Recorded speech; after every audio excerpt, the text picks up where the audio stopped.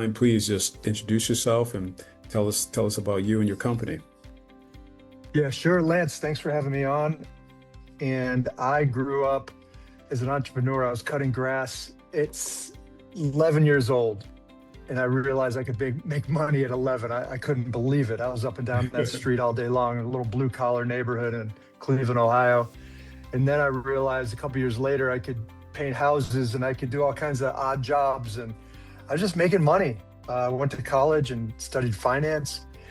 That was another way to make money. And then I don't know if I got dropped on my head somewhere near there. I did play rugby for 7 seasons, but I started to realize people mattered.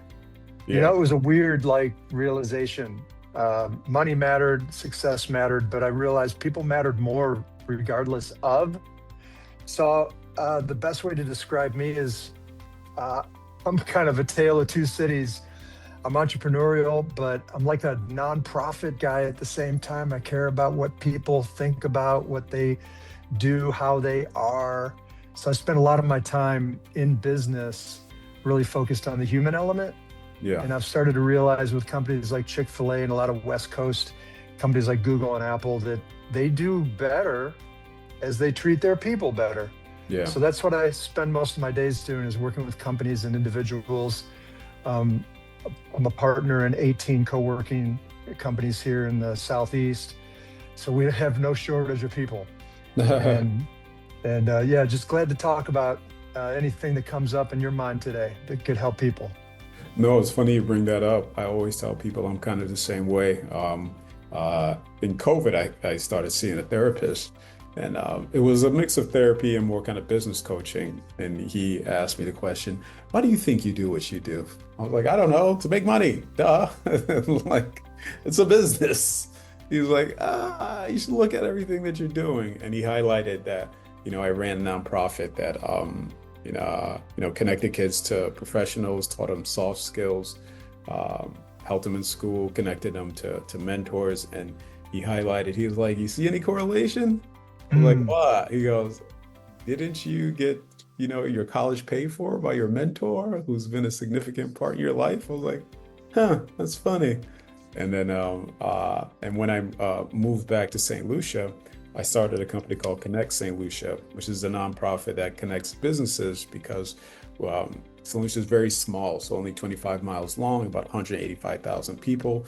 And they just didn't have that element that we have where after work, we might stop someplace, network, talk business, and just kind of share information. So I said that. So he kept saying, he just reminded me that you do know, like, you really can't move unless you have like a powerful reason.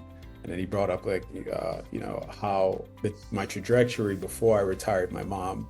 And he's like, what happened after that? I was like, I was bored out my mind. I had no reason to really push as hard as I did. Right.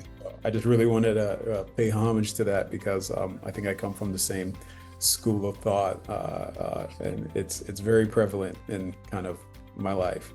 But anyway, besides that little soapbox, I wanted to highlight you, especially as it relates to real estate, because a lot of our clients are involved in real estate, and I would love to learn your connection and how you're moving in this space, and what things that you see from your vantage point. Yeah, I'm a chronological guy and a context guy, so I'm just going to go back for a brief moment. Yeah. My first job out of college, I worked for my dad. It was a machine tool business. It was in Cleveland, Ohio. It was a Rust Belt. It didn't work.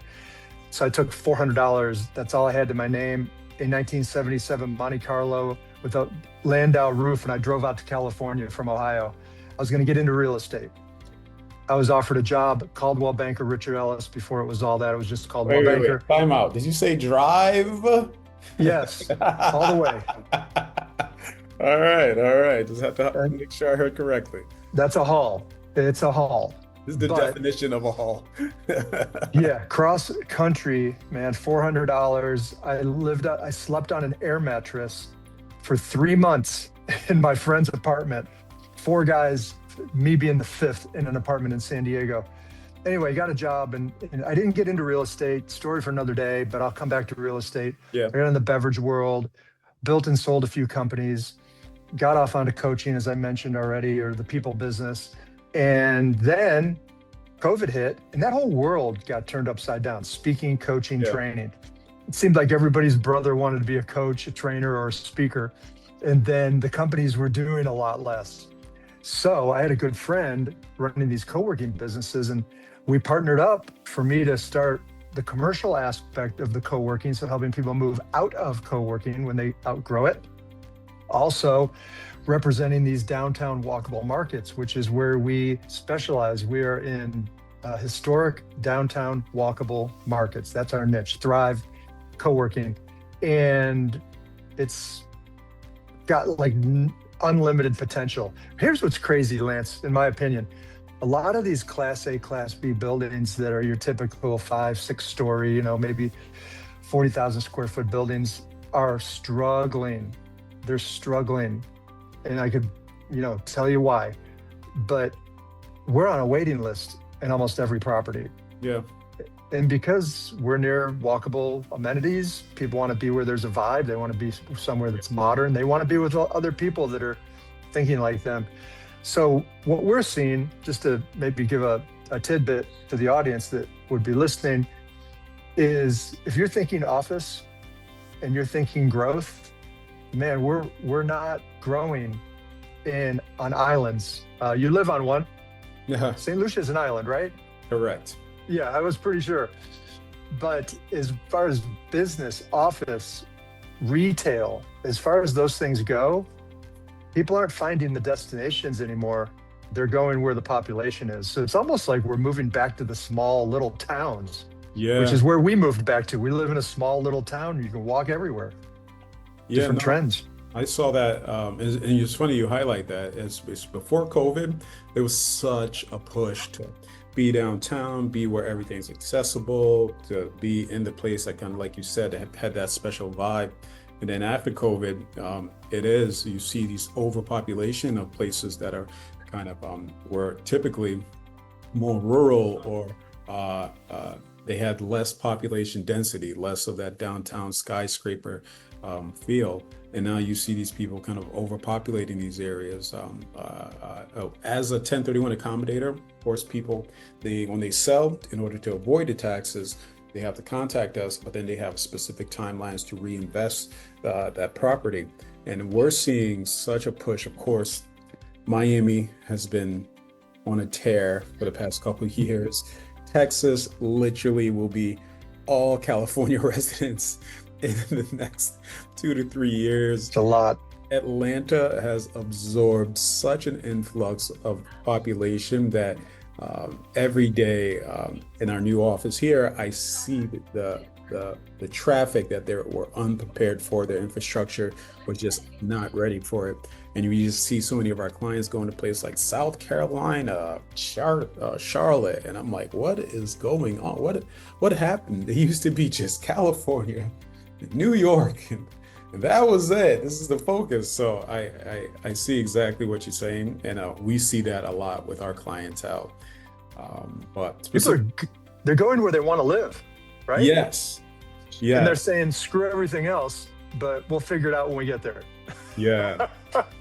Yeah. More power to them. I've never seen quality of life start to play such a role in the investment space, because I think when they invest and they're like, all right, but I'm going to live there too.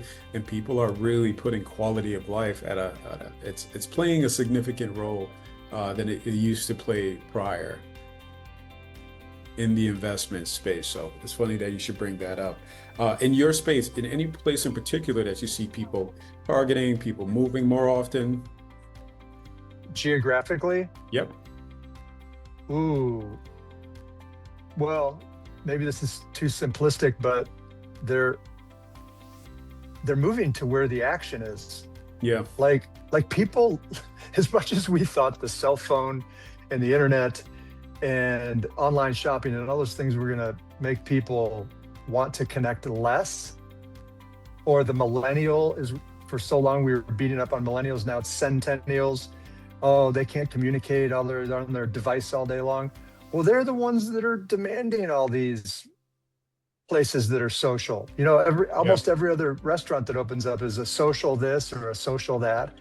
You know, we got these golf simulator fairway social, and then we've got raging social, roaring social. In Alpharetta, it's a speakeasy. Fairway social is a golf place where you go to hit golf balls inside right into a screen, but you want to hang out with people. Yeah. And as much as we try to say everyone's getting more isolated, well, I don't know. They seem to be getting more congregated. Yeah.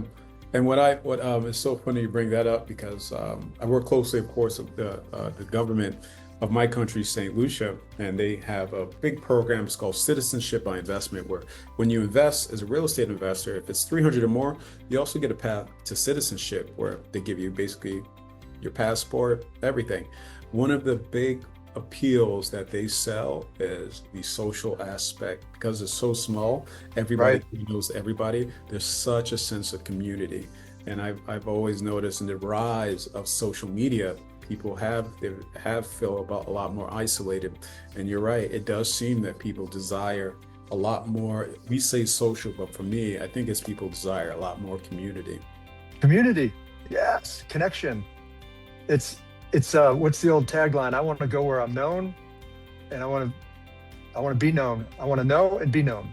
Know and be known. As the line from Cheers, I want to go where everybody knows your name, like Norm from Cheers. Yeah, well, you know where he got that from was Dale Carnegie. Yeah, wrote that book. It was the first self-help book ever written, and basically he says in our entire book, people want to be appreciated. Yeah. At the end of the day, they just want to be appreciated. And so somebody remembers your name, it's like, hey, code 4, I think I'm appreciated. I'm coming back. Andy, real quick, so tell me who's kind of like your exact audience, your exact client for the business that you're focused on right now. Oh yeah, in the real estate world, it's definitely a business owner of a like historic building that has space they can't quite rent out, and or city managers that are trying to figure out how do we revive this small town that we know has potential, but we don't have enough restaurants. We don't have enough people working during the day. I mean, any co-working we bring into a city, okay, instantly 300 new daily workers, on average. Okay. That's hard to get. It's hard to get overnight, but you put a co-working in that's got community and programming, that's what we end up doing. And we revive these small towns. So we're small. We're 18 of these. We're going to soon be 20, and our goal is to get to 100 by 2030. So we're looking for small towns that want to build and build right. All right. Well, I don't know too many small towns that I'm close with. Well, St. Lucia, but yeah.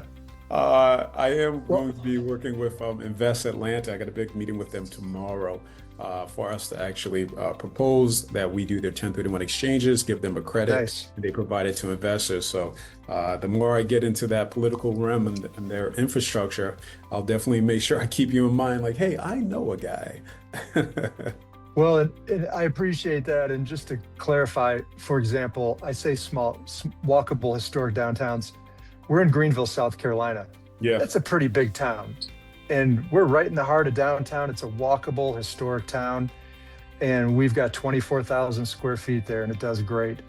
So anything Greenville, South Carolina or smaller.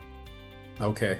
Andy, seriously, man, this has been a struggle, but we did it. You were persistent. And I can't tell you how thankful I am. I literally just wanted to be able to get you documented so we could share, a bit about your story, because I personally, just reading about you, I myself was amazed. And speaking to you, I really took a lot of information from that. So I always love to share.